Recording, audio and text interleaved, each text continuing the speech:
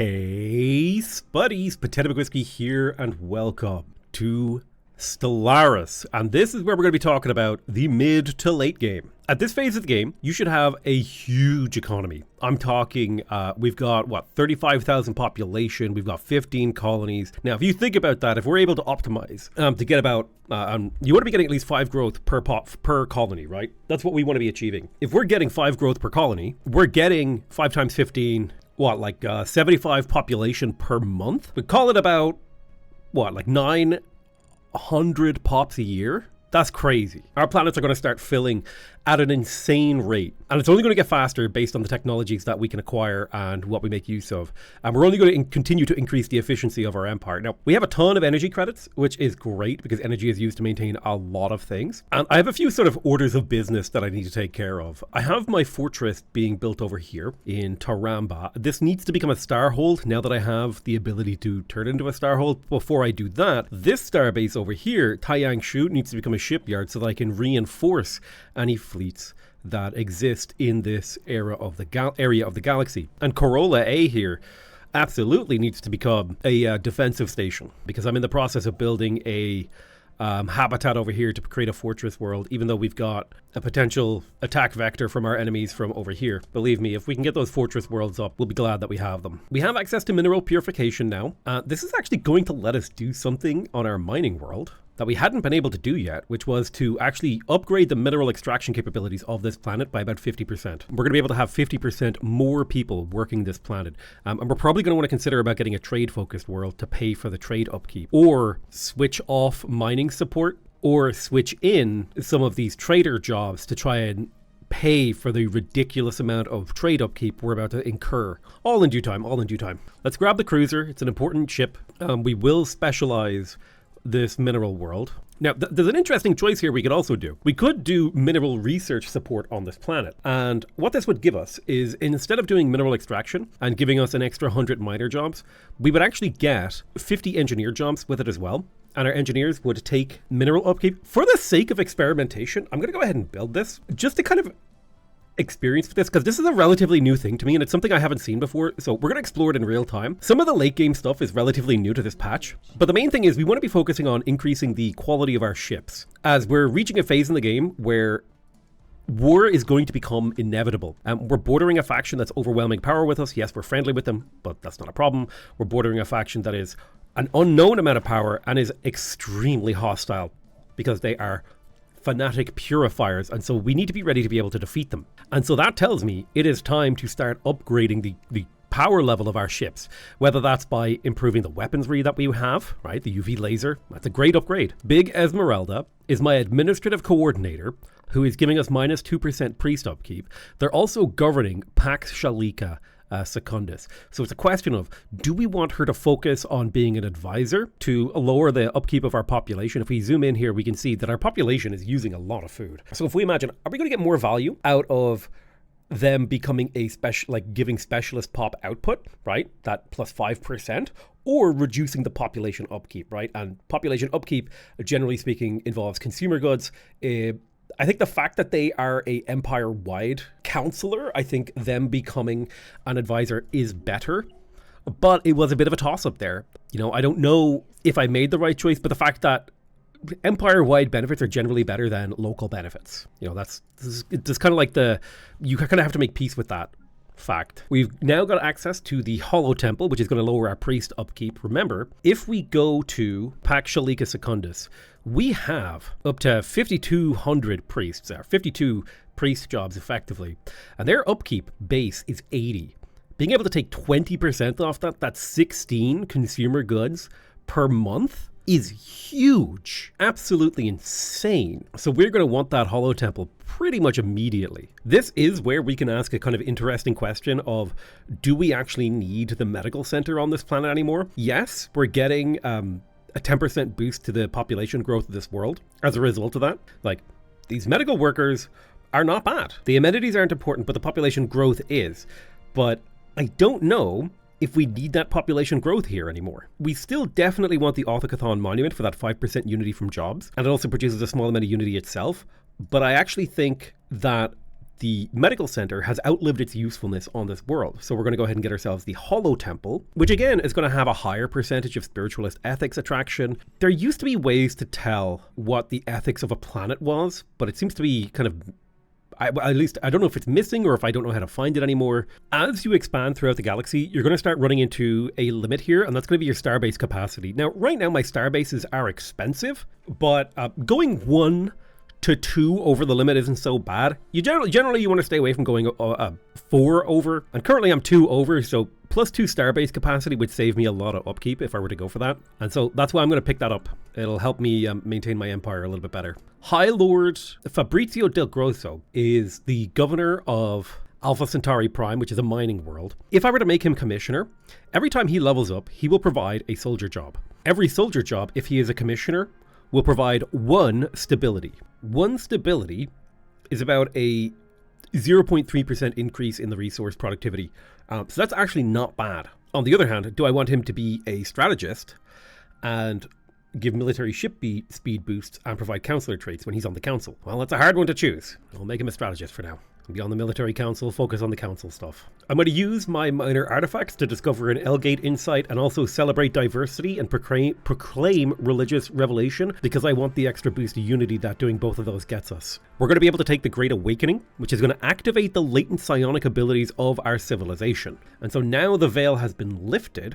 All eligible leaders will gain the psychic trait. So if we go to our government and we take a look here, you can see the Minister of Defense now has the psychic trait. So for commanders, this will give military ship weapon damage.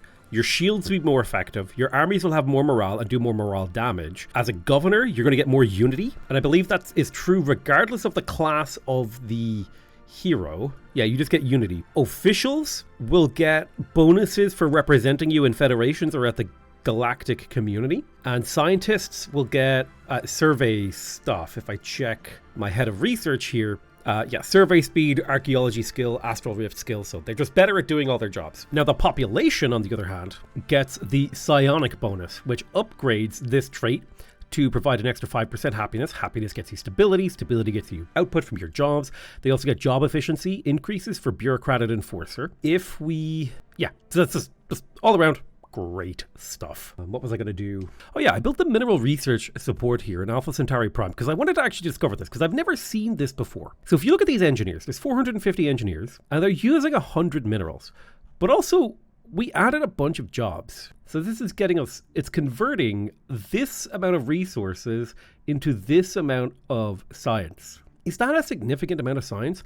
Would we prefer to have, I'm trying to think, how much did the specialist building produce? I mean, it's about the production level of a materials workshop. I don't know if that's worth doing. Those, double check, how many guys was it? There's 450 engineers, right? Which is about a quarter of the engineers that's on my capital. A quarter of the engineers are producing about 20% of the science at a massive cost of minerals. To be clear, like this is a huge cost of minerals. Now, in theory, we could put a materials workshop here, which would get us an extra 200 jobs and plus 1 engineering research per engineer. So this would be roughly a 50% increase in the number of engineers. So we'd probably be eating more of these points. We would also get, but also we're taking a penalty on these miners anyway, right? Yeah, there's a penalty here somewhere for their output. Yeah, there's a 33% penalty from district specializations, which actually means that this is heavily counteract. Oh wow, maybe the mineral research support is better than mineral extraction. Hold on. If I build this materials workshop, it'll cost me another 45 minerals per month and 3 consumer goods. If I build this mineral purification plant, I mean, as it currently stands, we're about half the minerals we should be producing. So we'd probably be getting another 220. Tell you what I'll do. I'm going to buy a bunch of consumer goods. I'm going to pop in here. And I'm going to distribute luxury goods to try and get people to move here. And we'll let some time pass and we'll see how many people move. Because there's something really interesting about this idea. If I were to build the materials workshop, I would massively increase the output of my engineers on this planet. So I'm curious about this. This is a very interesting thing that I've never encountered before. This is a new mechanic. So we're kind of discovering it live here. Because I understand the basic concepts behind Stellaris quite well. But This is something I need to spend a little bit of time analyzing. One of the most important buildings you're going to get in the game is going to be the Interplanetary Research Initiative. This is going to be a massive boost to the output of your scientists. However, it does have a really big downside, and that is going to increase their consumer goods output, or consumer goods upkeep. Very, very expensive. Another really, really important technology is self-evolving logic. Being able to get research alternatives gives you an extra choice with every technology reroll, which is going to allow you to direct the direction of your research a lot more judiciously. Okay, so now that I've built the materials workshop, 650 engineers are now producing a third of the output of 2,000 engineers, 2,500 engineers. Let me double check this math, right? So we're kind of investigating this. I almost feel like I need a notepad to write this down. Oh God, am I gonna start a spreadsheet? I'm starting a spreadsheet. Well, if I'm thinking about optimizing this, if I were to build the industrial mining site, I'd be able to get 2 extra mining districts, which would be an extra 100 engineer jobs. Plus, that would also trigger the mineral research an extra 2 times, increasing the engineer output even more. Oh, I'm curious about this. Let's get the industrial mining site, and then I may as well build a mineral purification plant. This is a really interesting development. I did not know that this was something like this is new. I actually think that this is super efficient. If you could support the consumer goods for this, I think it's super good.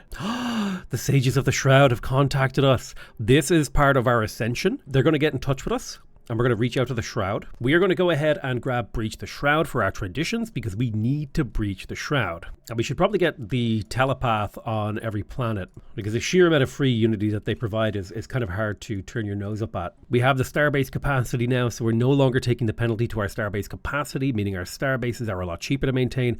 Very useful. Now here's a really fun late game building, the life system complex. What this is going to do is it's going to take a small amount, it's going to take a slot of a planet. It's going to give us 2 society research for every 100 biologists, but it's also going to make them take exotic gases. So, and it's also going to give us efficiencies. This is a way to supercharge your society research. Now the question is, I wonder, am I going to produce more minerals if I switch these 2 city districts with the double mining support to being mining districts, or if I leave them as they are?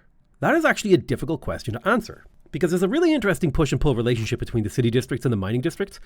The more mining districts you have, the more efficient it is to have the double mining support to boost all of these miners. I have a feeling that the actual mining districts themselves might be the most efficient thing, but there's definitely like a point where, in terms of the total amount of minerals that you're going to make, you know, at a certain point, it's better to make the city districts. But I'm going to prioritize having a lot of the mineral districts. We've got self-evolving logic, so now we get extra research options. If you scroll down here, if you don't have enough technologies available for your research options, you won't get much in the way of options. So just research whatever's in front of you. So here's Taramba Prime, which is a fortress station. The people who live here do not particularly like living here. It is not a very nice place to live. They're going to cost a lot of upkeep. You can see here, because the planet habitability is so low, the upkeep of any population here is very high. They need, I'm trying to find a way to show this.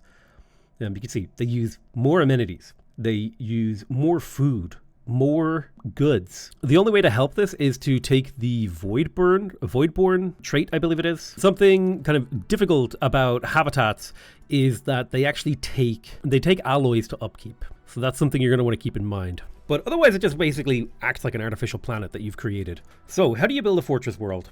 Well, the first thing that you want to do is you're going to want to build planetary defensive specializations, and then as many habitation districts as you can. If you have the space for a commander, putting a commander in charge of this can be quite good, because again, he's going to provide you with even more soldier jobs. You can see here, plus 100 soldier jobs for every level, which is going to make this planet way harder to conquer. We've just unlocked the cruiser, which is the first real ship that our fleet is going to be able to make use of. And we've also now going to be able to get the synthetic crystal plants, which is incredibly important for getting rare crystals. If I go to the ship designer, I can kind of show you off the cruiser.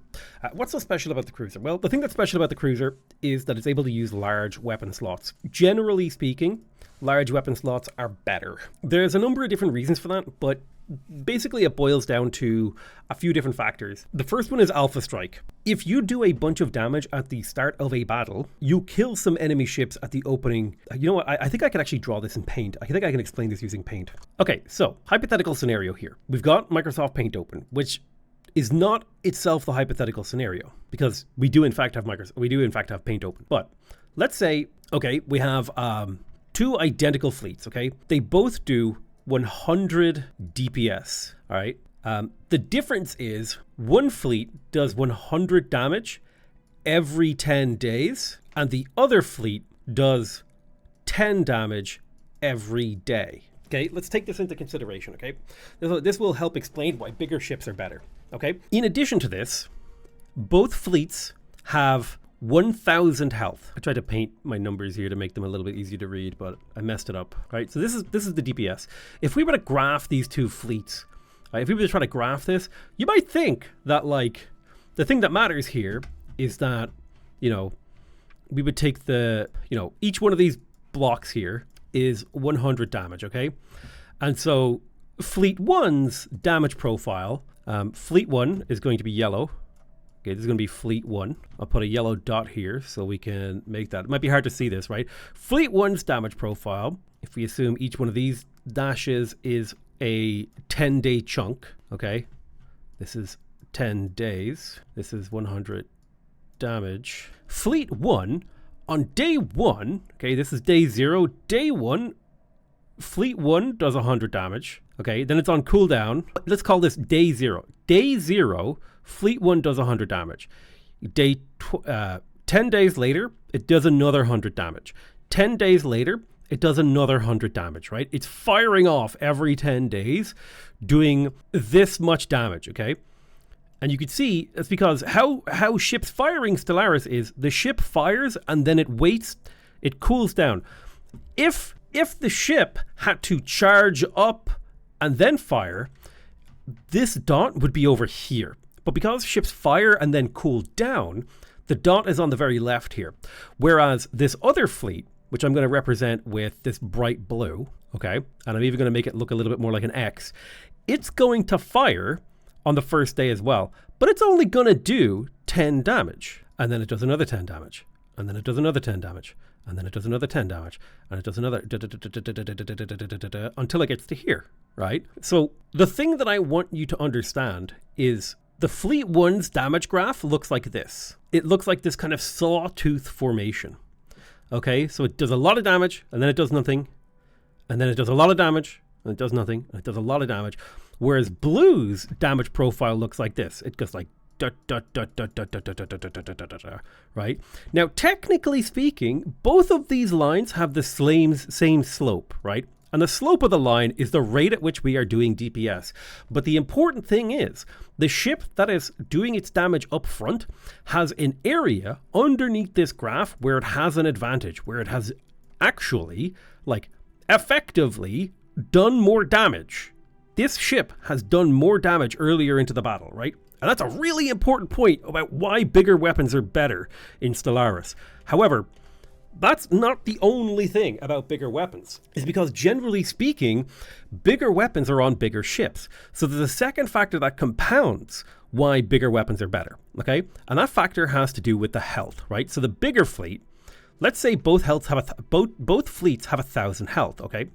But in Fleet 1, you've got 10 ships, right, that have 100 health each. Whereas in Fleet 2, you've got 100 ships that have 10 health each. And now, again, these look like they are equivalent. But when you actually start to apply it, on day 1, that Fleet 1 shoots, okay, and does its 100 damage, it takes out, on day 1, 10 of these ships. So here, these guys now only have 90, okay?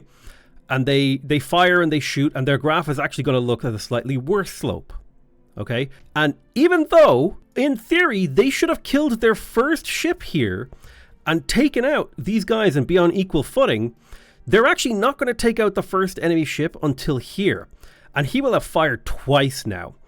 And then Yellow's next damage is going to look here instead, right? It's going to do this because the ship fired twice before it was actually killed. And then these guys fired again, and so this curve, this damage curve for the weaker fleet starts to level off, right? And the way that we can think about what is happening when it's leveling off, the fleet is slowly dying. Every time the bigger fleet fires, the slope of this line gets flatter and flatter. And when the line goes ultimately flat, this fleet is no longer doing damage. That's what I want you to think about here. So Alpha Strike, the Alpha Strike potential isn't the Alpha Strike at the start of the battle. It's the Alpha Strike at the start of every phase. Every phase is giving you an advantage. Okay, so I hope that explains why, generally speaking, bigger weapons are better and bigger ships are better. There are things that sort of counteract this. There's a ship type called the frigate that has torpedoes that does more damage against larger ships. But by and large, okay, larger weapons are better. Anyway, so the cruiser is kind of an interesting ship because it actually has the ability to be a hangar bay. Hangar bays are pretty cool. My personal opinion is that you want to optimize to get as many utility slots as possible. Utility slots give you afterburners. Afterburners don't sound like a big deal, but being able to cram 3 extra afterburners onto this ship to get an extra 30% base speed means that this ship is about as fast as a lighter ship. You can see here, this destroyer, it's moving at 171 speed. This cruiser's moving at 160. The Corvette's moving at 160. If I were to take the 2 utility slot version of this ship and to put 2 afterburners in it, it would be significantly slower. Still pretty nippy, but I do think that this is my personal preference, faster ships. The evasion doesn't do a whole lot. I mean, sure, you end up with, 15% more evasion on top of a base 10 evasion. So if you're being shot by a large weapon like a UV laser, it's only halving your evasion. I don't think that matters. Anything smaller is going to just completely negate your evasion. You don't put these on for the evasion. There is an argument to be made for the reactor booster because they do actually increase your speed slightly and your evasion slightly, but more importantly, it increases your DPS. So you can see here, right? Look at my DPS, 47.17. I'll just put all lasers in here. 55 damage. If I take off the reactor boosters, it's 55.31 if I put the reactor boosters on. So reactor boosters make your ships slightly more efficient at the actual combat part of the game. But in my opinion, afterburners are way better because speed is incredibly important to take the right kind of fight. And yeah, larger weapons, generally speaking, are better. So I would almost always go artillery bow, artillery core with the gunship stern. I would go large. You can even leave this medium empty. Or since the large UV laser has a range of 80, you could put a medium mass driver in here so that it matches it because the medium laser isn't going to hit very often. Also, this null void beam, the UV laser doesn't do a whole lot of damage to shields, whereas the null void beam does a lot of damage to shields. So if you put this into your less important weapon slots, it's not that big of a deal. It is a relatively expensive module, if I remember correctly. Actually, it's quite cheap. It's quite cheap. It splits the difference. It's not too bad. This just gives you a little bit of shield combat capability with decent range. Personally, I would say put a couple of missiles on that back end, put a mass driver in here, pair of lasers. Now, everything you have on this ship has about 100 range, although that's going to depend on the combat computer you give your ship. If you want it to be a picket, if you want to be a line ship, that's fine. I think the 2 types that I would probably choose myself is either artillery for the engaging at a long range, or the carrier if I made this into a carrier ship. If I made this into a carrier ship, what I would do is I would put a hangar core and a bunch of medium weapons, and everything would be built around this scout wing. I prefer to build them as artillery ships until I have battleships. So what I will do is I'm going to pick the artillery computer. If you pick artillery computer, do not put missiles in the gunship stern. That will screw you because the missiles have a range of 100 and the ship will go to the range of its longest weapon, which will be your missiles, meaning your high power artillery weapons will not be firing. You want your longest range weapons to be in the L slots. So whatever I put into this S slot will be a shorter ranged weapon. That does make an argument for taking the broadside stern and putting a couple of medium mass drivers in here so that you have a weapon that's about the same length, about the same range as these, but not quite the same range. That's not a terrible move. I don't think it's worth it to give up the extra afterburner. It can be worth it. You're giving up about 12 speed. It's not the end of the world.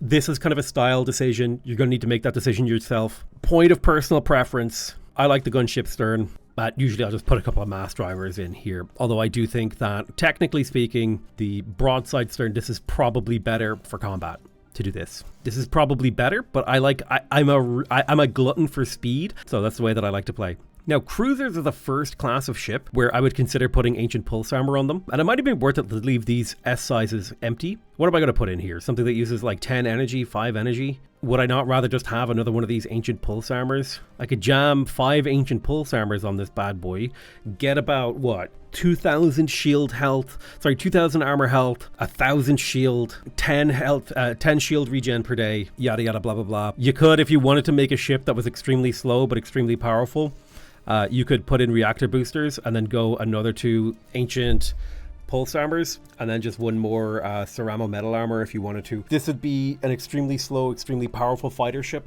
If I was trying to optimize for sheer power, I would probably build something like this. It uses 40 of these components. I'm making about 12 a month, which means I could quite easily manage to build 3 of these carriers per year. And as long as I don't use up all my minor artifacts, I'll be able to continuously produce them. And they'd be relatively powerful. They have a ton of armor with a little bit of excess power. You could make the argument for replacing one of the pieces of armor with a deflector to make them, slightly more cost efficient, use up that power, save on upkeep. However, when it comes to cruisers, I don't necessarily care about upkeep. What I care about with cruisers is sheer raw power. And I believe that this is the most powerful version of a cruiser you can build. It's 2 large guns with 2 support guns that are lower range than it, set to artillery or line. Both of these are valid choices in my opinion. I think there's an argument to be made that line is a little bit better because, artillery is a little bit better because your ship will fire, a day or 2 sooner, meaning your next shot comes in sooner, right? Remember, think about the graph.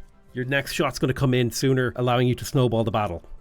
So personally, artillery is a good one. I think it really just comes down to, again, if we think about the graph, this gives you better DPS, this gives you better alpha strike. This makes your alpha strike hit sooner. And so that's why I kind of prefer artillery, but I can see the argument for line. As long as you can survive enemy alpha strikes, you should maybe be able to DPS them.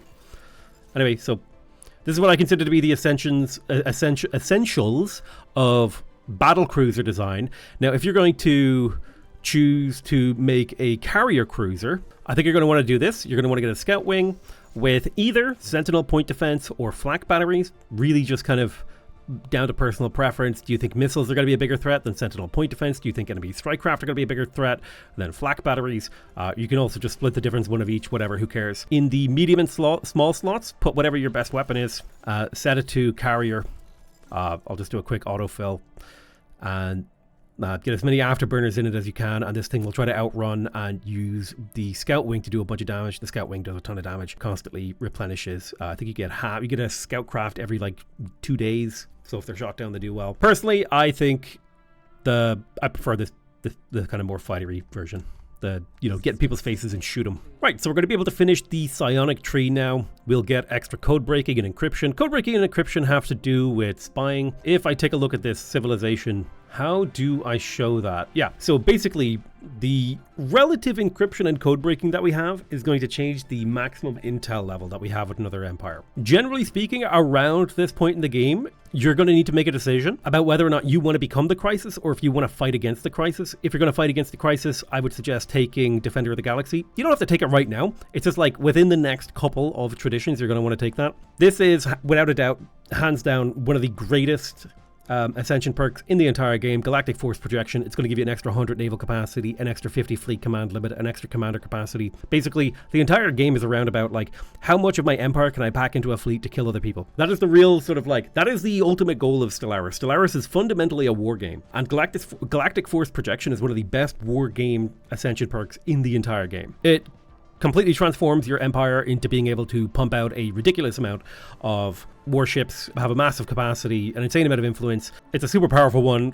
It is hands down, it is one of the best picks in the entire game every single time. Important to note about cruisers is that every single one of my cruisers takes up 4 of my fleet capacity, and they're going to cost me 40 minor artifacts each time I build them. Now, let's say if I were to design a Corvette with the same ancient pulse armor, it's going to cost me 22 minor artifacts for every single naval capacity. So it's almost twice as expensive. Destroyer, on the other hand, is just about as bad. It's going to cost me nearly 12 for every single point of capacity. No, it's going to cost me 24. So the cruiser is where it starts to become really efficient to actually build your ships using those minor artifact parts. These are kind of like the calculations you have to do in your head. So what we're going to do is we're going to take these two fleets and we're going to merge them. We're losing a lot of trade value, and I'm not entirely sure why. I'm not fussed about it. I think it's because my mining planet is using even more stuff.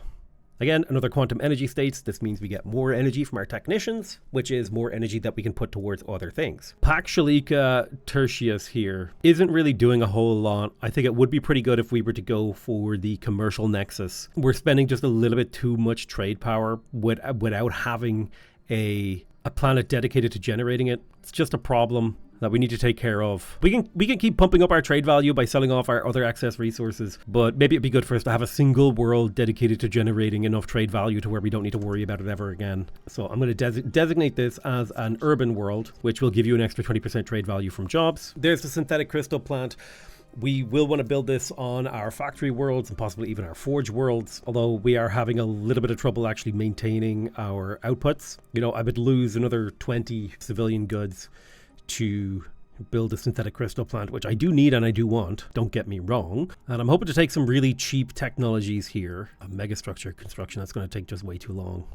Well, we could restore some megastructures if we took it. I'm going to take some cheap stuff here in the hope that I can re-roll for better civilian goods output. That's sometimes a thing that you can do, is take a cheap tech that you know you can research relatively quickly so that you can maybe get a reroll and find a tech that's a little bit more useful for your goals. Now here's a really big one. Antimatter reactors are a fairly late game technology that's going to open up a lot of new technologies. So the cheap tech unfortunately didn't reveal anything that I was looking for. I'm going to grab another cheap tech, which is carrier operations. I have another fortress station. I'm going to give it a planetary defense module, and hopefully it'll start growing. It's going to want the Othocathon monument plus the, goodness, what was the other thing? The medical center. Whew.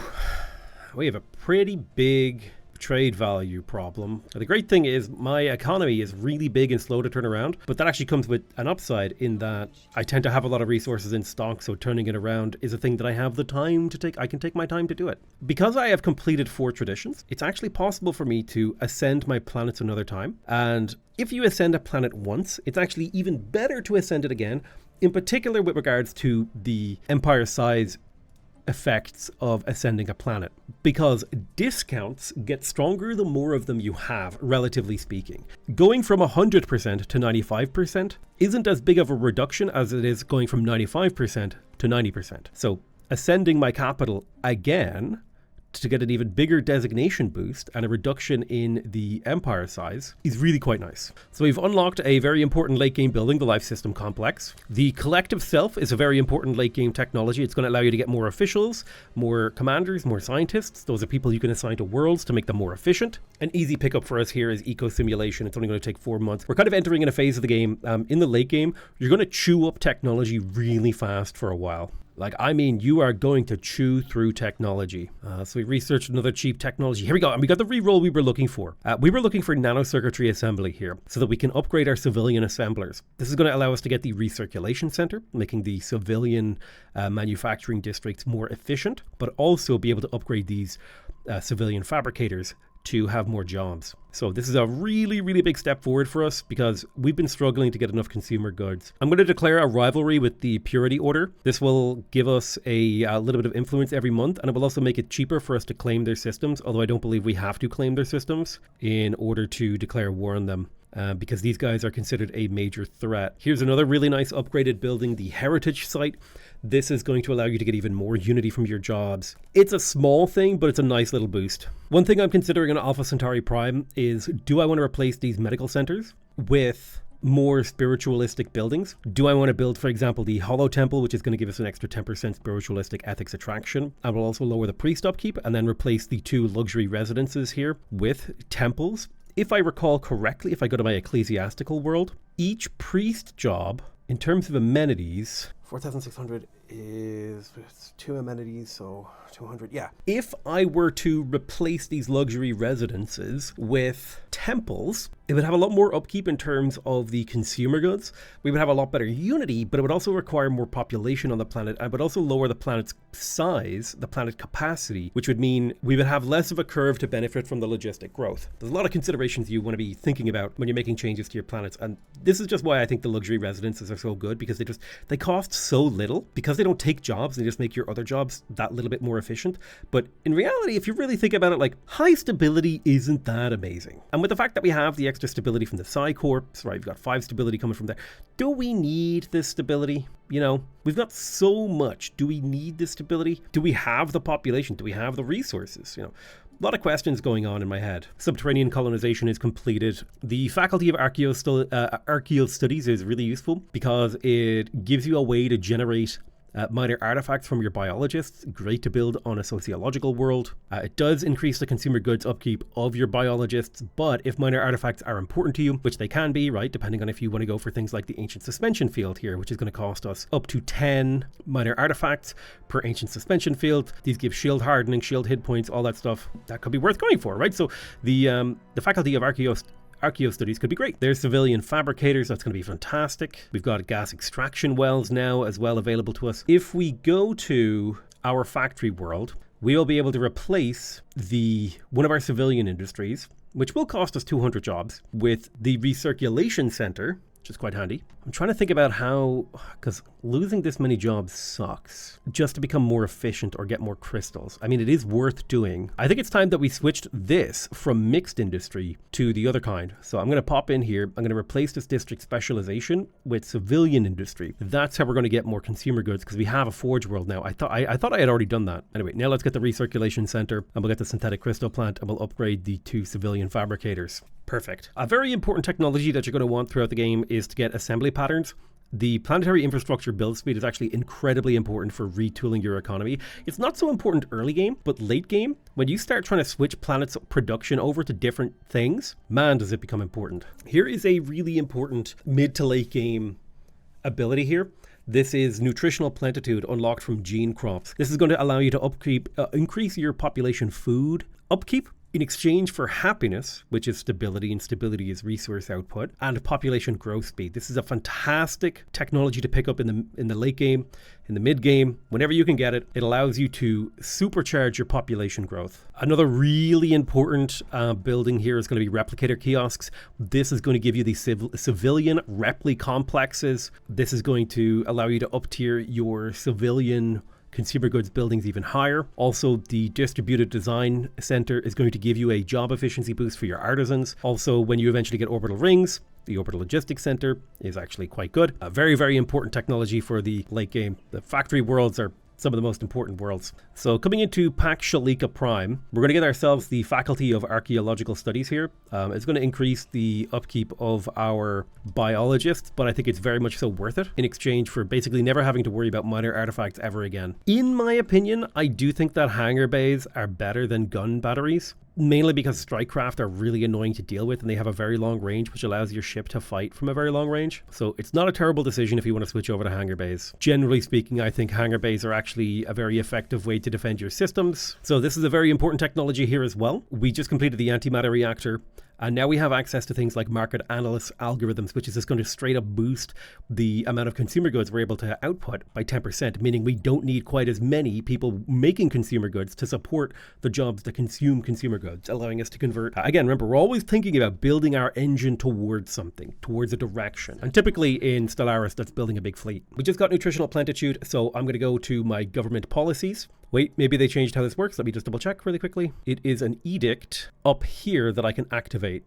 Boosh. And so my population are now eating a lot more food, but getting a lot more happiness and stuff out of them. Another really important technology that you're going to need as you go towards the mid to late game is going to be ceramo metal infrastructure. This lowers the planetary infrastructure cost, meaning you need less materials to upgrade your planets. It builds faster and also gives you habitat max districts, which is very useful for making your habitats well, more habitable. So do pick that up as soon as you can. It's very powerful research. So one of the most important tech things you're going to want to do is to breach the shroud. It's an important part of the psionic ascension. Make sure you get to work on it. The good news is we're going to be able to finish supremacy, grabbing us even more fleet command limit, extra commander capacity, commander starting skill level, and we'll be able to get ourselves another ascension perk. Becoming an endgame crisis is very fun. You don't necessarily have to do it. Very, very fun. Don't like really, really fun. I really like Voidborn. Makes your habitats a lot better. It's just one of those that I really like, and mostly I use habitats for fortress districts. Another good government agenda that you might want to do at some point is to pick up mind over matter to get access to telepathy. Generally speaking, the psionic stuff is going to be very valuable for you. Now,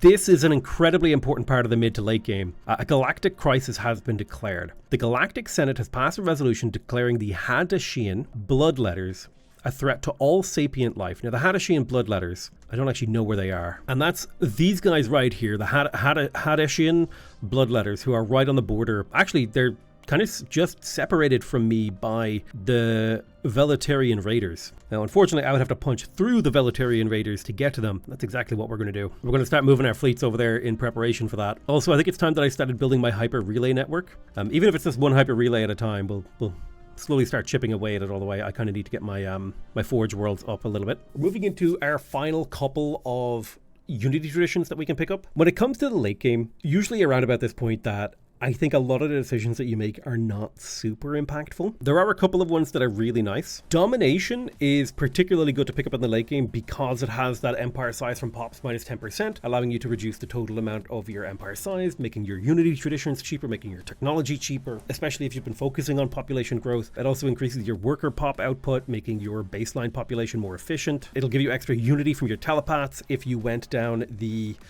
psionic direction. Yeah, more worker pop output, extra housing, influence, more officials, all sorts of really cool stuff come from the domination tree. But the big ones are the empire size from pops and the extra resources from your lower classes. Now, something that's really nice about mercantile traditions is that they lower the upkeep of your traders.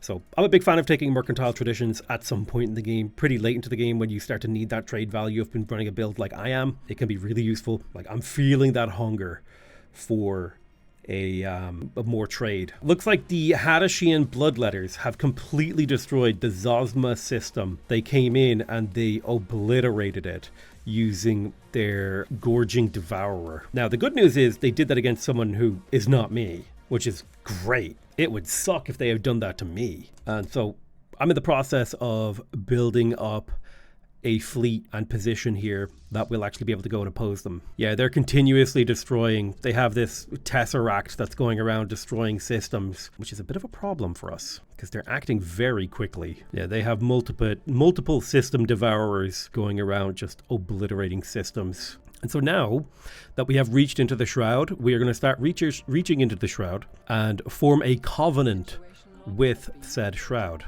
So commune with the ineffable. Boom. It's going to fire in 24 months, 25 months. I'm going to grab Trickle Up Economics, which is going to give us +1 trade for every 100 civilians and some extra amenities from our civilians. Civilians are the pops that are kind of sitting around unemployed without any real jobs. So it's good if we get a little bit of extra value from them. We fired off our council agenda, which is going to allow us to get telepathy. Telepathy is going to unlock psionic armies, which are pretty damn decent, although we do already have the Cybrex Warform, which pretty much does the job. We just unlocked a interesting technology.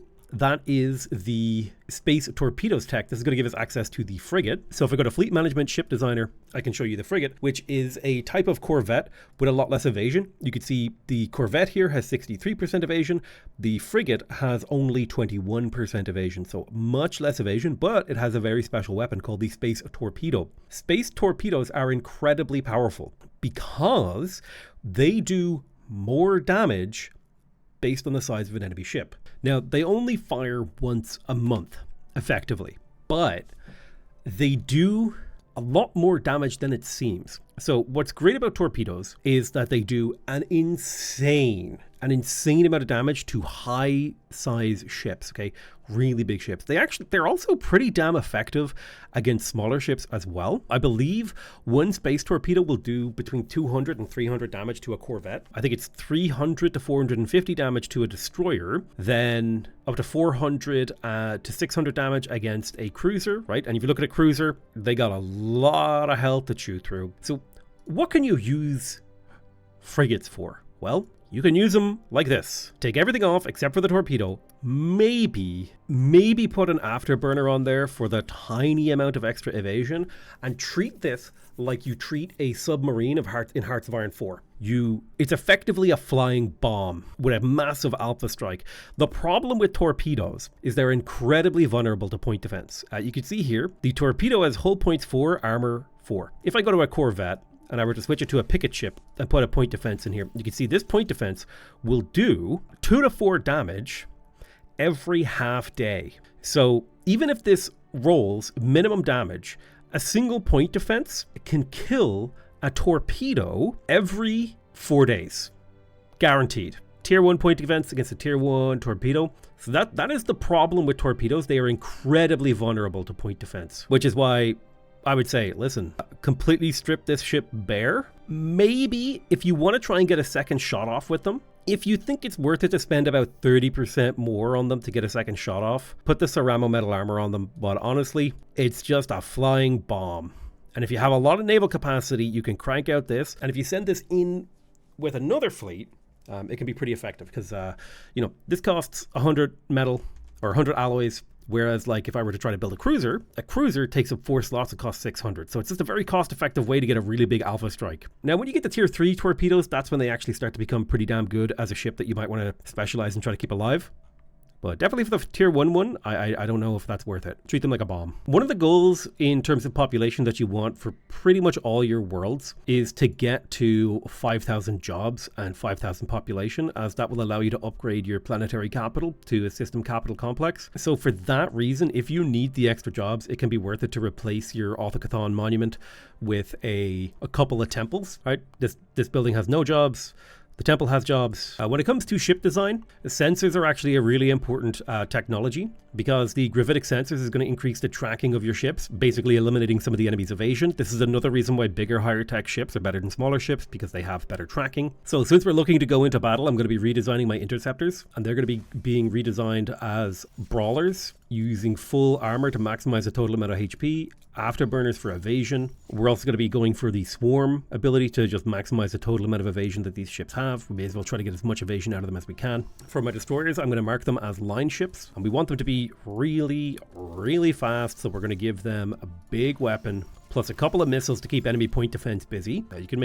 You could make the argument that it might be more efficient for us to go with a regular gunship stern with a medium UV laser and a single afterburner, and that would actually be a completely reasonable decision if you made that. But I very heavily believe you should go full armor. If you don't want to go full armor, at least 2 to 3 ratio, in my opinion, provided you're at equal tech. I do think that armor is just a little better, but 2 to 3 is also fine. This is fine. I think armor is better, personally. Unless you've got the medium ancient pulse armor. In that case, I'm waggling my eyebrows at you. Unfortunately, I don't think I can break through the stations just yet. I don't have the ship power. Ooh, now this is a really, really nice ability here. The flash forging of a hyper relay. It allows our construction ships to build a hyper relay just one time at basically no cost, which is a really awesome ability. So we can form a covenant with the Eater of Worlds. Now the problem here is that there's going to be a price to pay, but that sounds like fun. We're starting out to run out of food, so I believe Nitris Prime here is going to serve as our next agri world. This is about as powerful as our fleets are going to get, 14k each, so now is the time to enter into Plov and see if we can fight our way through to being able to try to take on the Hadashian bloodletters. I have a forge world that's under construction somewhere. Tiangshu here. We're trying to get as many people onto this world as possible to start cranking out alloys to keep our fleet flowing. I've got a shipyard on the front line that's under construction. Mercantile ideas are brilliant because it gives you the plus 100 or plus 200 amenities per 200 traders, or plus 200 amenities for 100 traders. It turns your traders into a great source of amenities, in particular on these nice mining support worlds. If I come down here, you can see, probably better to show you in this one. You can see the traders are now outputting a significant number of amenities for the planet, which is going to help with the citizen population happiness, which is going to give us stability, all those juicy, beautiful things. So weirdly, this is probably going to be the first battle of the game.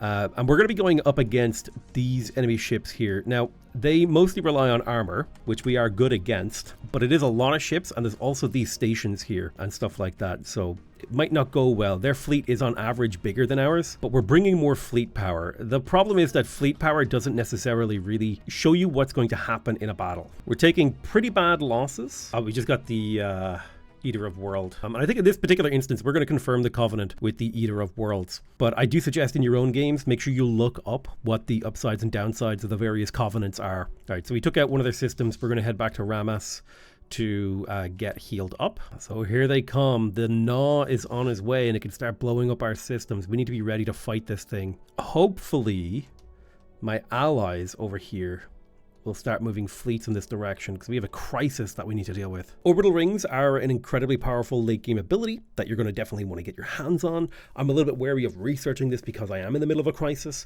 but just for the sake of it, I will grab it so that I can show it off to you, how it works, what it is, why you want it. Let's go ahead and reach into the shroud. It's going to cost us 1,000 energy. We're going to channel the energies into an avatar. A colossal warrior has been coalesced on the surface of Earth. So if we embark the warrior here, we have access to the psionic avatar, which is basically a titanic war form, which is really cool. This is a really important mercantile idea, the adaptive economic policies. It's going to unlock a very, very important economic ability, trade policy. Right now, 50% of our collected trade gets converted into energy, which right now is 0 because we have no spare trade. But you could do something like get Unity. Unity is really cool. Consumer benefits, gets extra consumer goods, meaning you can run more, trade pays for itself in terms of consumer goods. I like consumer benefits because trade pays for itself, and then you can just like turn trade value into other resources. Wealth creation is honestly really, really powerful. It's extremely powerful, but all of them have their place, whether you want the consumer goods, whether you want the Unity. Consumer benefits is particularly strong because it allows you to convert your trade value into consumer goods, meaning you don't need to have factory worlds if you don't want to. You can just have trade worlds, and the trade worlds are relatively powerful, quite interesting. I like marketplace of ideas. I love Unity. Unity is my favorite yield. I like having lots of Unity. We just researched ancient suspension field. Now, this isn't a technology that you're going to come across in every single game, but what makes this so powerful is that if I were to put this onto one of my ships, it would give us 15% shield hardening. Shield hardening is kind of difficult to explain, but certain weapons will penetrate shield or have bonus damage against it. And I can't remember, there's a couple of different stats, but basically this will make any shield that you do currently have more efficient. So I do think it can be worth it if you are using a lot of ancient pulse armor, for example, like I am. And I think in fact we're going to use even more. We'll put even more ancient pulse armor on these ships. Then it can be worth it to put an ancient failed suspension and maybe replace, this broadside stern with a improved reactor. My suggestion would be to go to the gunship stern, put on a couple of UV lasers, improved reactor plus a couple afterburners, or stick to the medium with the UV laser, drop one of these for a ceramo metal armor, take a reactor booster plus an afterburner, and compromise on the speed of your vessel a little bit. I don't like compromising on the speed of my vessel personally, so in this case what I would probably do is just drop another one of the armors. When your fleets take damage and they're mostly made of corvettes, make sure you get rid of the spare corvettes and replace it with better ships, higher tier ships like cruisers, and then fill any of the small gaps with torpedo frigates. Well-designed torpedo frigates, mind you. That's my personal recommendation. My head of research has retired. Grab yourself a new one. It doesn't really matter who he is. Just get him in there. Put him in charge of Attack World or something in the late game. It's one of the best uses for your sciencey bros because they provide a small boost to the research. It's pretty marginal, but every little eke of efficiency that you can get, it feels pretty good. The Cyberx war form is amazing. It's allowing me to convert minerals into alloys, which has been basically carrying me in getting my fleets back up and running. So one of my allies in this war has potentially made it possible for us to invade the Bakonda here, the enemy world. And that could be a really interesting move on our part because we could snatch this planet out. Ooh, our telepaths now produce naval capacity and we can build a Sanctum of the Eater. Now that is pretty damn cool. What if we were to build that on our capital? Let's take that as a hypothetical. The Sanctum of the Eater will give us an extra 300 telepath jobs. Will give us extra weapon range and ship upkeep reductions. Oh, well, that sounds incredible. Let's get that. I think it would be good if we picked up clone vats so that we can produce more population. One of the problems we're running into right now is that we just don't actually make enough population. So we gave that planet to our allies, which is fine. I don't mind that. We're going to begin the invasion and try to take control of these star bases ourselves to steal some of these planets. Because if we look at Erie here, there's a huge amount of people who are being enslaved by the Hadashi. mostly machine people. I don't know why the Ithil Harmony got control of that location when I'm the one with the border. That's very confusing. So I'm going to head down into this peninsula down here to the southeast to see if I can capture a bit of land for myself. And hopefully, if there's a counterattack, it'll focus on the Ithil. And so this is what you want to do when you're facing a crisis. If they have planets that you can capture, do everything you can to take control of them. In particular, if you check out here, they have an arc furnace in this system, which is going to provide us with a massive amount of minerals and alloys even, which is really awesome. So don't be afraid to counterattack. In fact, it's in your benefit to counterattack. Just make sure you build up your fleet power. Make sure, they're busy all the way over here doing their own thing while I'm moving in, taking out their backline. And the great thing about fighting a galactic threat is it's a really good opportunity for a empire that's in a good position to secure permanent land. We're going to grab ourselves Marketplace of Better Ideas. This is going to give us an extra 10% trade from our jobs, as well as the final bit here, which will give us an extra 10% trade. So really good trade all around. Personally, I'm a big fan of the Defender of the Galaxy. Now we do a extra 50% damage to endgame crises, which is these guys. And generally speaking, I like to form a doom stack and then march it around the map. I don't think that's necessarily the most optimal way to do things, but again, I think it's a pretty reasonable way to do things if you're playing on a relatively normal difficulty level, which I consider Grand Admiral scaling to be like the normalist of difficulty levels. So we've unlocked the orbital ring, and that's going to give us an opportunity to talk a little bit about the orbital ring. I'm going to build one around my capital, Earth. So the orbital ring is a variant of the regular starbase that provides a lot of really great benefits to the planet it is built around. So a lot of the modules that you find on this kind of a starbase right here are going to be able to be built around a planet. One tip that I recommend is don't build a habitat around your planet, or else you can't build an orbital ring. It does count as a megastructure, so it's habitat or orbital ring. You can't do both. One of the things to be important to remember if you are a spiritualist empire is that you will purge robot populations. So if you do capture a planet that has only robot workers on it, make sure you move even a single human onto that planet who will exist and survive long past the death of all those workers. Just important to remember. Otherwise, you can just not let that happen.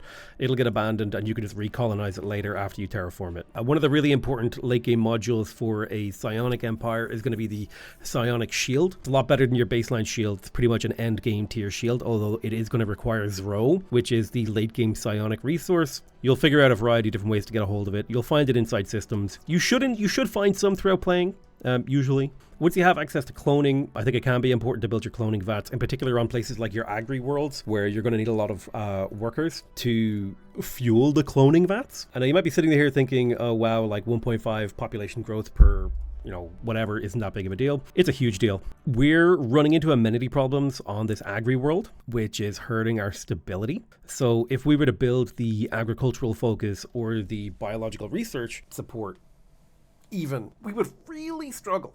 Now, ultimately, I would love to build the biological research support. That would be amazing. But I'm going to replace this farming support. And this is how you want to play it in the late game. The farming support is actually for the mid game, believe it or not, because we need a combination of more housing and more amenities. And the best way to get more housing and more amenities is to actually build the urban expansion. You could, if you were feeling frisky, switch from farming support to a commercial nexus. If you have mercantile ideas, this will get you some of the amenities. It'll use up commercial goods. Although, then again, it's a question of efficiency, right? Like, is that efficient? I would say if you have mercantile ideas, that is actually pretty damn efficient. It's a good way to go about things. A lot of my farmers are consuming a good amount of trade goods in exchange for a decent boost to their output. If we want this planet to truly reach its potential, you'll see here from high pops, we're going to start getting growth penalties from having a lot of population on this planet because it is hitting its planetary capacity. So if we truly want this to be sort of a late game place where food is produced, focusing on ascending the colony to lower its empire size, so the population that's here has less of an impact on our empire size, and replacing these specialized districts with urban expansions can be useful. Then building the things that give amenities like the luxury housing. I can see the Ithil Harmony are invading pretty aggressively here. So the Hadeshian bloodletters are getting hurt. I didn't expect them to make such good progress. I was kind of expecting them to fail, honestly. I kind of tried to set them up to fail. But yeah, once you reach this point, it's like Stellaris truly becomes a sandbox. Like you could just do whatever you want, go whatever direction you want, play around with stuff, become the crisis yourself, find out what happens when you hit your final tradition. Ascend as many planets as you want, conquer the galaxy, build a bunch of megastructures. The mid to late game, like, by this point, the game kind of opens up and it just becomes like a playground. So once you're here, either declare yourself the winner, start a new game. And I would say I would pretty comfortably feel like I'm a winner here. I'm the third strongest country, probably like fourth strongest without my relics. I have an outrageous economy. I'm going to be able to do like a ridiculous amount of cloning. My planets are specialized. Consider the AI does not really specialize their planets. Like if I pop in here, this is a generator world with more mining districts, like 6,000 population on it, with a capacity of 9,200. They're not even like really optimizing for their logistics growth curve. I mean, come on. I think the only empires I'm not stronger, like, I think ultimately when you start hitting the late game is like, do you want to start taking on fallen empires? Do you want to clean up and tidy up the galaxy? Play it like you're pruning? Once you defeat you defeat these guys have become the true crisis. They've been destroying systems. They're conquering the galaxy. We snuck up behind them. We nibbled upon them. The red Thori Punishers are probably going to try to become the crisis as well, which will be a really interesting moment for me because I have quite a few planets on the front lines here that I would be really crappy to lose. But yeah, this is like, basic tutorial on a tutorial series on how I would recommend you play Stellaris, or the basic concepts and understandings of how to play. Obviously, when you make your own, like, there are so many different ways to play the game. Like if we take our empire here that we built for this, which was the United Nations of Earth, and we edit this, like what if we didn't want to go with distinguished, we wanted to try something a little bit different? What if we wanted to, like, I played with the spiritualist and militarist ones because they're quite straightforward. You can go in a cybernetic direction and go with the materialist and go on the robot printing direction. Another really fun way to play is if you get your origin, and instead of going for prosperous unification, you start playing around with these different origins. There's a lot of really cool origins in here. One of my favorites is subterranean. It gives your species the cave dweller ability, so your species will always have a minimum habitability of 50%. Another fun one is void dwellers is a ton of fun. I find void dwellers to be a very exciting and fun way to play. Spiritualist void dweller empires are quite interesting because you can basically consecrate worlds and stuff. You can do all sorts of fun stuff. Another really fun one is the life-seated, particularly if you combine it with the government ethic. Can't remember which one it is, but there's a lot of really fun combos. Like here, let's just, for the sake of argument, let's just create a new faction, okay? And if you wanted to play a completely different game, here's what I would recommend you do. You scroll through this list, okay? You click on one that sounds cool. Don't even read what they're about, okay? Like, mechanist? Boom, that sounds interesting. You start with robot pops that have adaptive frames. You get a robot assembly plant. You got powered exoskeletons. You get all this really cool stuff that you can play around with. Anyway, that's going to be it for me. I want to thank you guys very much for watching. I love you all very much, and I'll see you guys next time. Bye-bye.